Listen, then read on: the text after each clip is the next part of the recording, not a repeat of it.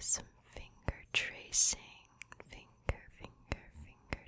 for you with a little bit of a math lesson to go with it. So let's get started. So today we are going to be talking about conics and some graphs of conics. Let's first get into the definition. What is a conic? A conic or a conic section. So basically it is the intersection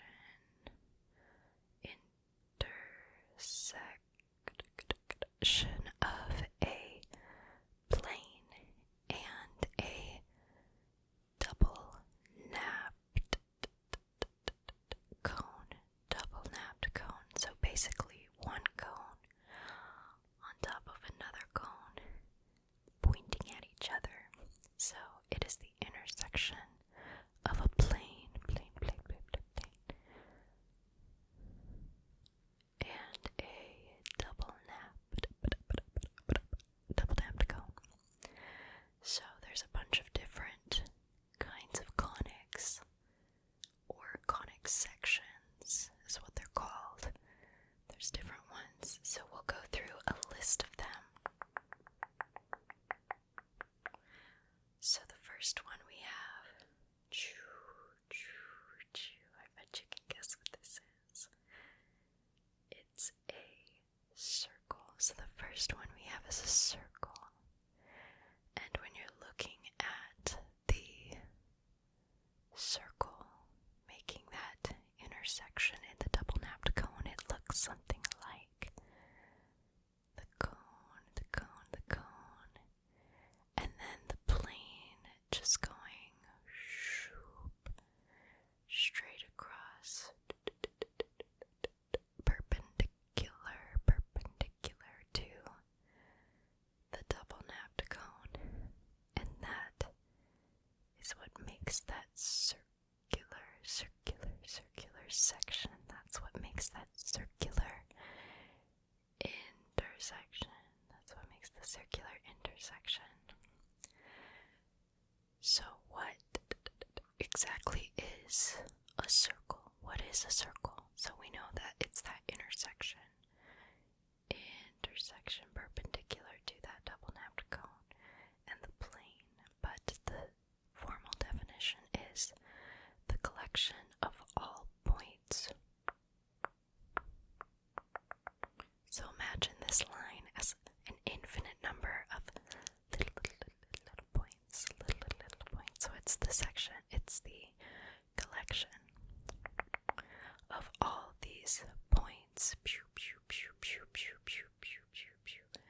equidistant from a fixed point, all the same fixed point, which would be in the center of those points, the same distance around it. That's why the radius of a circle is the same no matter where you put it on the circle. And we all know what a circle looks like, yeah? Go up and down and around and around and around and around and around. Now the equation of that circle, so we've got our fixed point, HK is our fixed point, and then our little points, all equidistant or the same distance to this fixed point, have the coordinates x, y, because they could be any of them that are around that fixed point, HK. So that leads us to the equation of a circle, the equation of the circle, and it's just x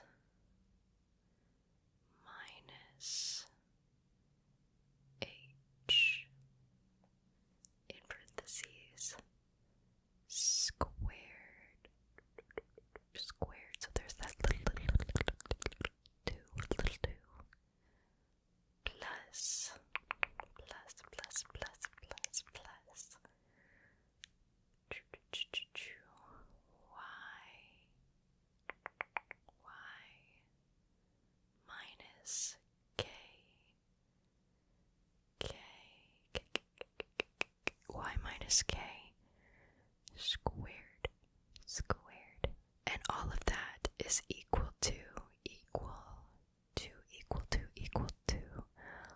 r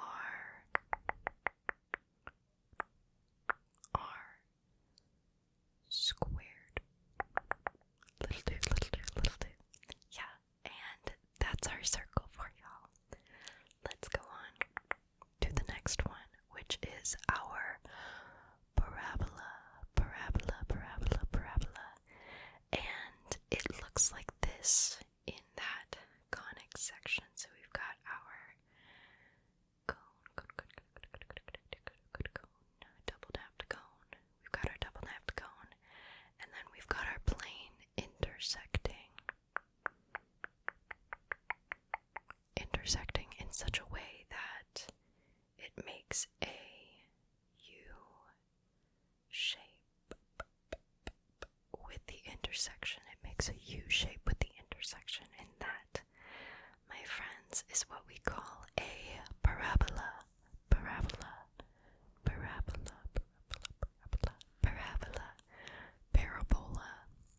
Don't call it that. Parabola. And it can swing up, or it can swing down. It can swing up, or it can swing down. So what is the definition of a parabola? I am so glad you asked, because I'm about to tell you. A parabola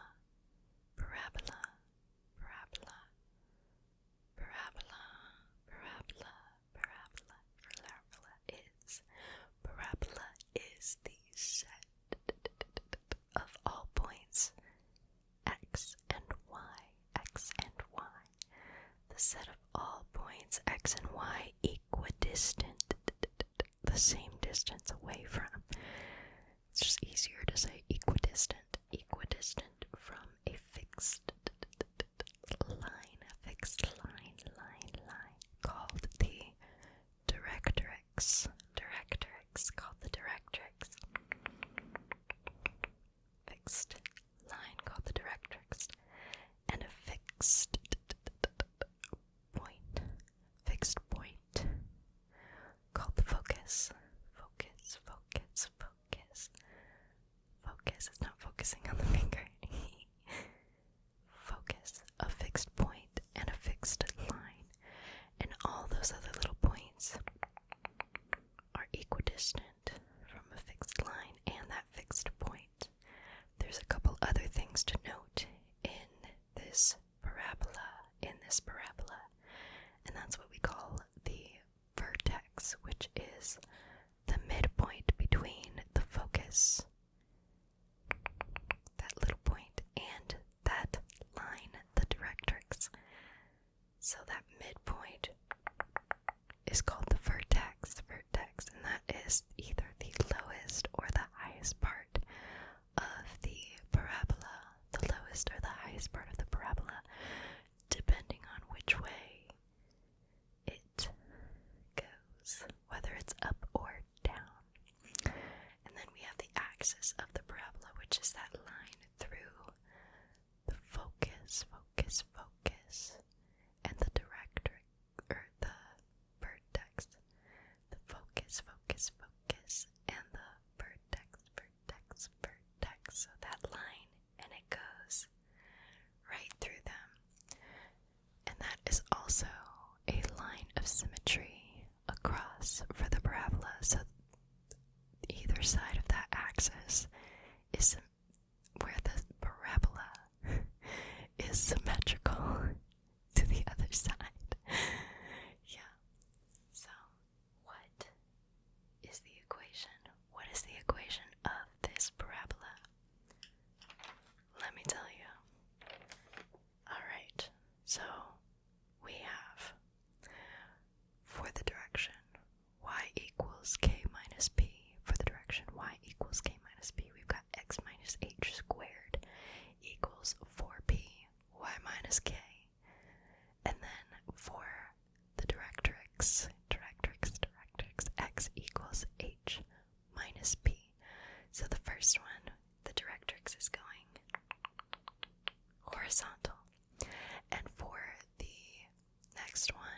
x equals h minus b is going vertical, vertical, vertical, vertical.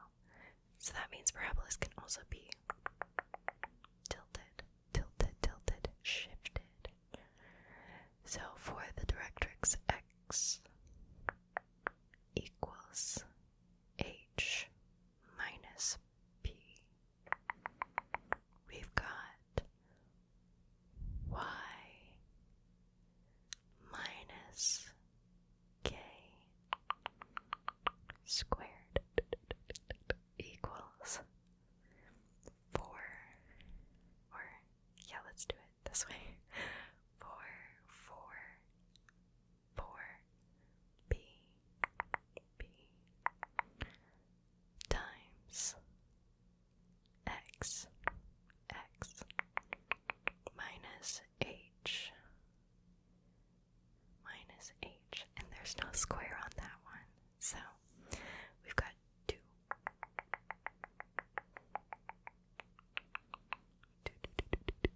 2 equations for a parabola that are called the standard equations. Okay, we ready to move on? This next one is very similar to a circle, except it's a little bit weirder. You might even call it eccentric. A little bit more eccentric than a circle, and that's because it is. We're talking about ellipses right now. So an ellipse is when this conic section, we've got this double napped cone, is when this conic section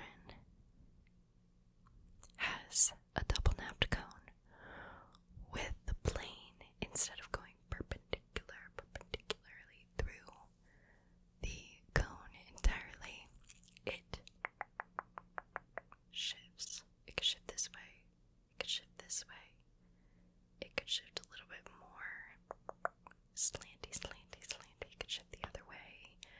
Yeah, either way. So this is what we call an ellipse. It makes sort of like an oval shape,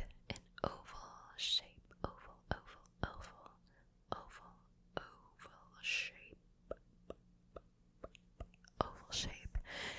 Now this guy, it's similar to a circle, but it's got a lot more going on than the circle does. There's a lot more stuff involved because of its eccentric shape. You'll get why I'm saying that in a minute. The standard definition of an ellipse, is the set of all points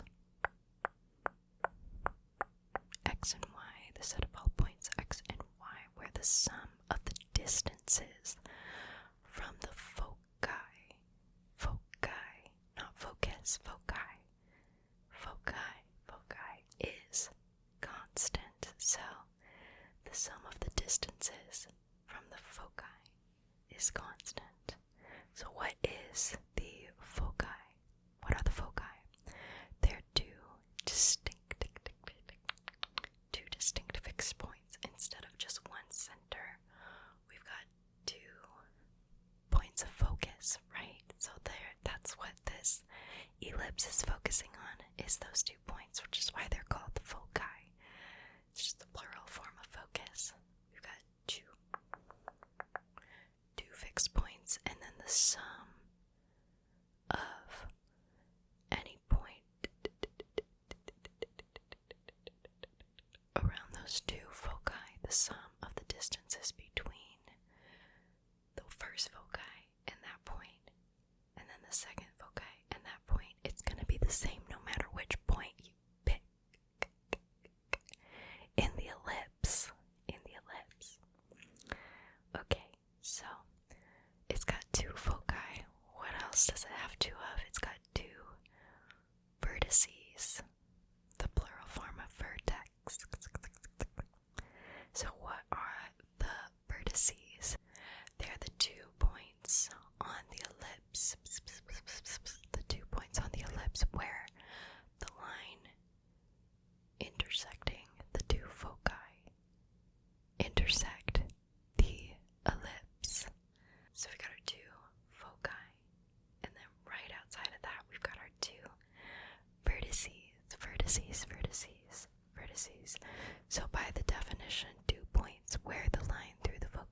intersects the ellipse. It makes sense that there are two of them for either side. And then, of course, we have the major axis, which is the chord that joins one vertex to the other vertex. So this is the big boy that goes straight across.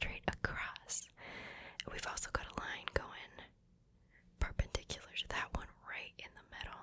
And what is that one? That one's called the minor axis. And it, by definition, is the chord perpendicular to the major axis at the ellipse's center. What is the center? The midpoint of the major axis is where the center of the ellipse is located. What does this have to do with an ellipse being eccentric? Well, we gotta look at the mathematical definition of eccentricity.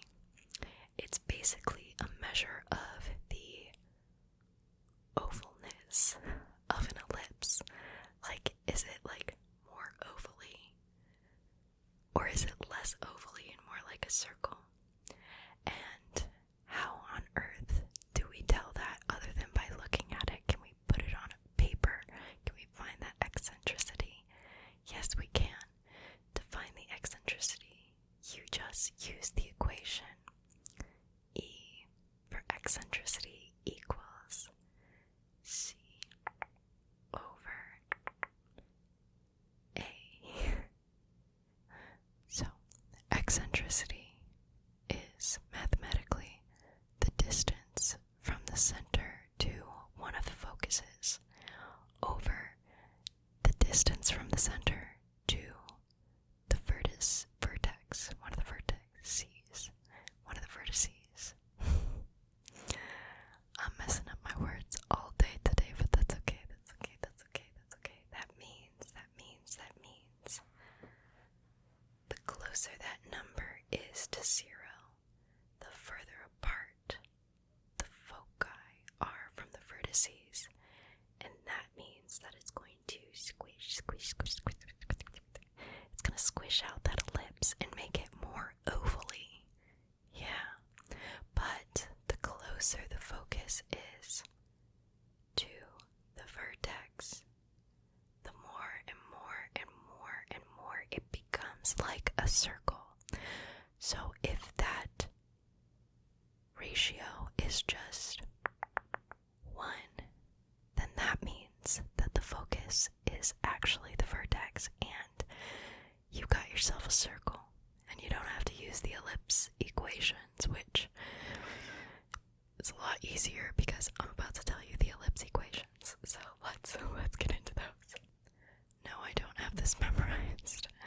So ellipse equations are, we've got the horizontal axis, so we've got this guy on a horizontal axis. So we've got x minus h squared over a squared plus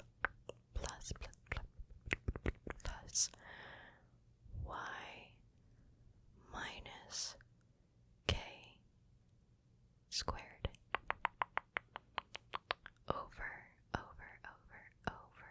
b squared. And what does that equal? 1. And if you're going to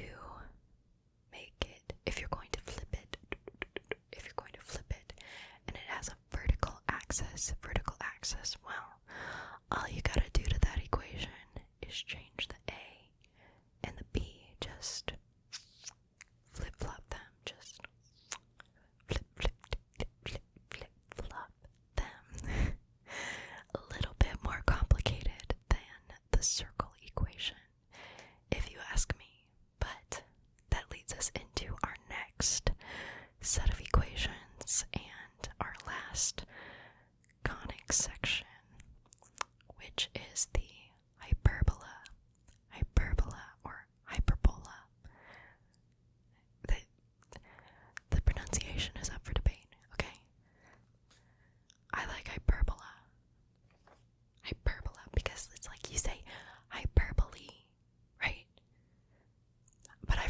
say hyperbola.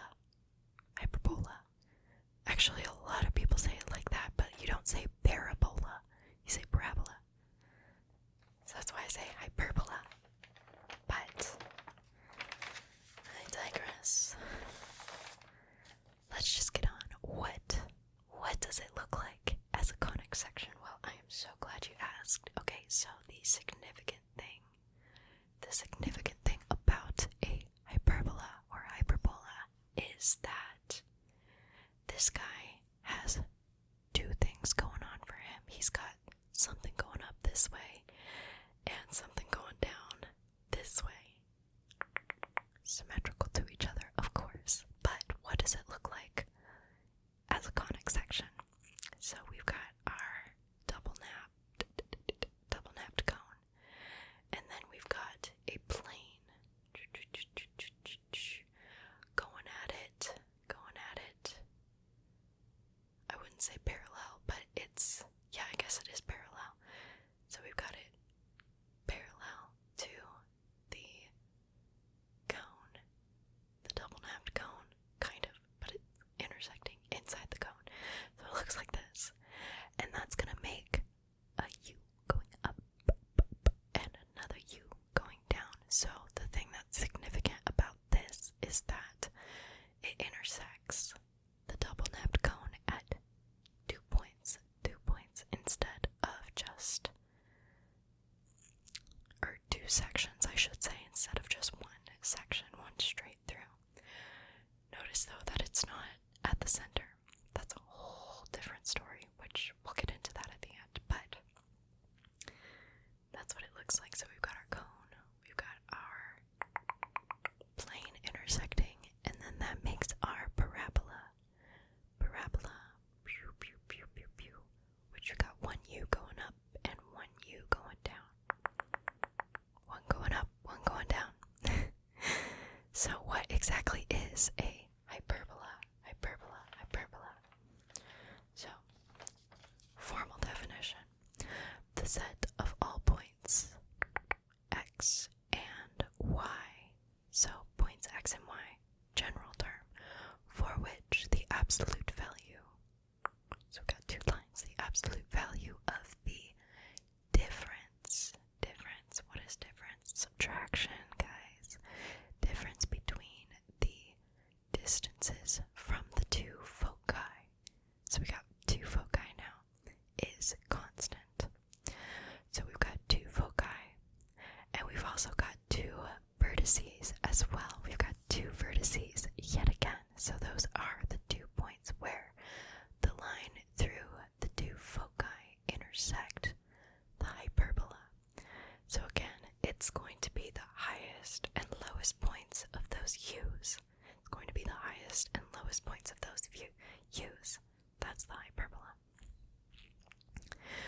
Alright, we've also got a couple other things. We've got a transverse axis, which is the line segment connecting the 2 vertices. We've got the center, which is the midpoint of that transverse axis. And then, like I said, something that is significant about this hyperbola, as opposed to all the other ones we talked about, is that it's got two branches. It's got 2 things going for it, one going up, one going down, or one going left, one going right. Or it could just be like one going this way. It just depends on what the equation is for it. And before we get into the equation, I also want to mention that it has 2 intersecting asymptotes of the center. Asymptotes. So these are the 2 lines or spots that the graph, these are the 2 lines or spots that the graph of the hyperbola, so these points, they will never touch them. That's what an asymptote is. Asymptote. Okay, let's get into the equation. So it's very, very similar to the ellipse equation, except for we're not adding stuff, we are subtracting. That's right, we're subtracting. So let's get into it. We've got the first one, which again is our horizontal axis. We've got a horizontal axis, and that is x minus h in parentheses squared over a squared minus y minus k squared over b squared. And what does that equal? What does that equal? Just one. So what about the vertical axis? Well, we can't just do like that flipperoo, switcheroo thing for the difference. It's subtraction, so we can't switch the bottom two, but we'll switch the top two. So we've got y minus k squared over a squared over a squared minus x minus h squared over b squared equals 1. And that is for the vertical axis. And so those are all of our conic sections. And there's one more thing to mention. What happens if these guys cross that middle point in the double napped cone? What happens when they cross that part? Well, this is what you call degenerate conics. Degenerate conics. And by definition, it just says when the plane passes through the vertex of that double napped cone, and the vertex is just where the two cones meet each other. Meet me in the middle. Okay, so a couple things can come from this. When a plane passes through, so if it's passing through perpendicularly and it's passing right at that vertex, that's when you just get a point. Just one point of intersection. Or if it's slanted but tangent to the double napped cone, passing through the center, well, that is where you just get one line. And then if we've got a plane that's just perpendicular, passing straight through that cone, double napped cone, straight through that cone, straight down the center, well, then we've got two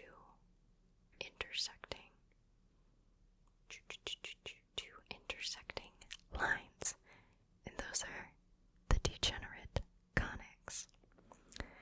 Anyway, we're gonna close this video now. I hope you enjoyed it as much as I enjoyed filming it, and I hope that you all have a good night,